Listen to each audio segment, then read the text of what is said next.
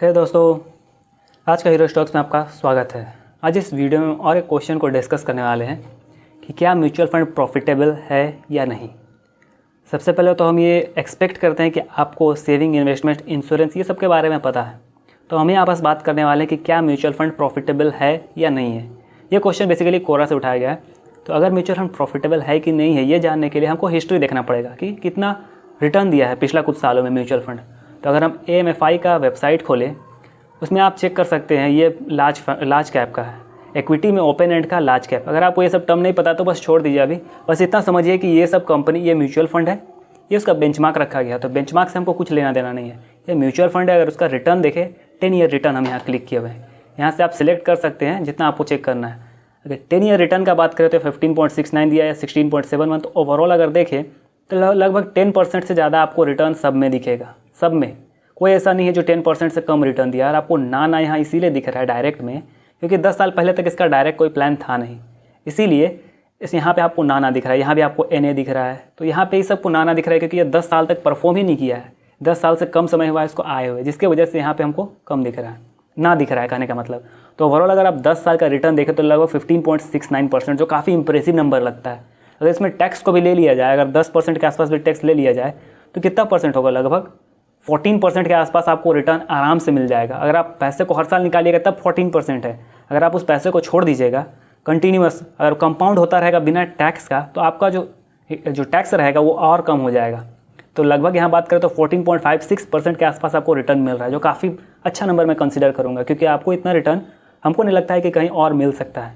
कुछ जगह है जैसे ज़मीन हुआ या गोल्ड हुआ, कभी कभी वहाँ रिटर्न मिलता है, लेकिन कभी कभी मिलता है, ऐसा नहीं कि हर बार मिलता है। जैसे गोल्ड का अगर बात करें तो गोल्ड का पिछला 40 साल का रिटर्न लगभग 17% के आसपास रहा है। लेकिन अगर आप ओवरऑल 100-150 साल का डेटा देखिएगा तो आपको उतना कुछ खास इंप्रूवमेंट नहीं दिखेगा।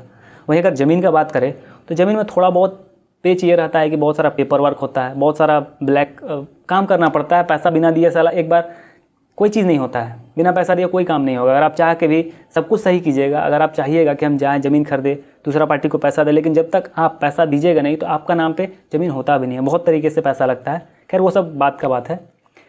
हम बस यहाँ बात करने वाले कि क्या म्यूचुअल फंड प्रॉफिटेबल है या नहीं है। तो लास्ट 10 साल का अगर डेटा देखें तो 10 ईयर प्लस रिटर्न आपको हर जगह दिख रहा है। शायद ही कोई ऐसा है जो 10% से कम रिटर्न दिया है। और यहाँ 16-17% तक रिटर्न दिख रहा है। 16% ही मैक्सिमम, 16.7% लास्ट 10 साल का हम बात कर रहे हैं। तो यहाँ पे आप चेंज करके देख सकते हैं। अगर आपको चेंज करने मन है तो आप किसी और में चेंज करके देख सकते हैं यहाँ किस तरीके से कौन सा फंड परफॉर्म कर रहा है। यहाँ 1 साल का परफॉर्मेंस आपको दिख रहा है फ्लैक्सी कैप का। अगर इसको हम 10 साल का रिटर्न कर दे तो बहुत सारा फ्लैक्सी कैप 10 साल पहले था भी नहीं।